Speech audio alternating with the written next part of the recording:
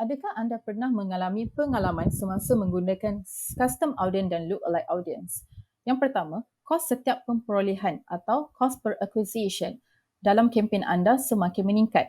Yang kedua, keputusan dan reach kempen semakin berkurang. Ia mungkin disebabkan oleh custom audience dan lookalike audience anda menghadapi 3 masalah berikut. Yang pertama, custom audience tidak dihasilkan dengan segmentasi yang tepat. Yang kedua, custom audience tidak diselenggara dengan betul dan kerap. Yang ketiga, terdapat pertindihan antara lookalike audience. Masalah pertama iaitu, untuk kes ini, bayangkan ini adalah perjalanan pelanggan bagi syarikat B2B.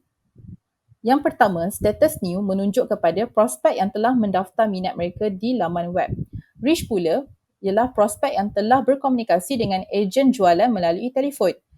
Qualified adalah prospek yang telah dianggap layak, mereka mempunyai bajet, kuasa dan keperluan untuk membeli produk. Negotiation, prospek yang telah meminta sebut harga.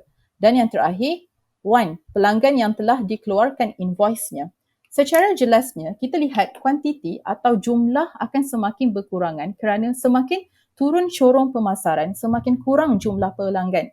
Lookalike adalah akan mencari pelanggan baru dengan ciri-ciri yang sama seperti benih audiens yang telah anda muat naik. Jika saya tanya anda, apakah benih audiens pada tabel di hadapan anda akan menjawab, saya ingin lookalikes yang mirip dengan pelanggan one. Pelanggan status one kerana mereka ini mempunyai niat tinggi untuk membeli dan kemungkinan telah pun membeli produk yang sedia ada. Akan lebih masuk akal jika matlamat anda untuk dapatkan lebih jualan dalam masa yang singkat. Apabila anda bina custom audience, anda tidak perlu muat naik senarai keseluruhan custom audience dan harga fokus pada senarai one. Anda perlu segmentasi senarai pelanggan melalui kecenderungan conversion dan bina pelbagai status custom audience seperti one, qualified, negotiation, reach dan new. Dan setiap dari senarai ini akan ada senarai include dan exclude untuk setiap status tersebut.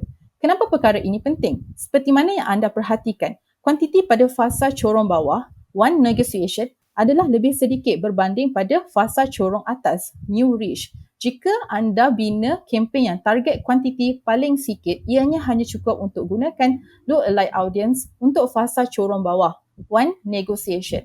Tekan butang like jika anda suka konten seperti ini atau boleh komen di bawah apakah konten yang anda ingin seterusnya pada saluran ini.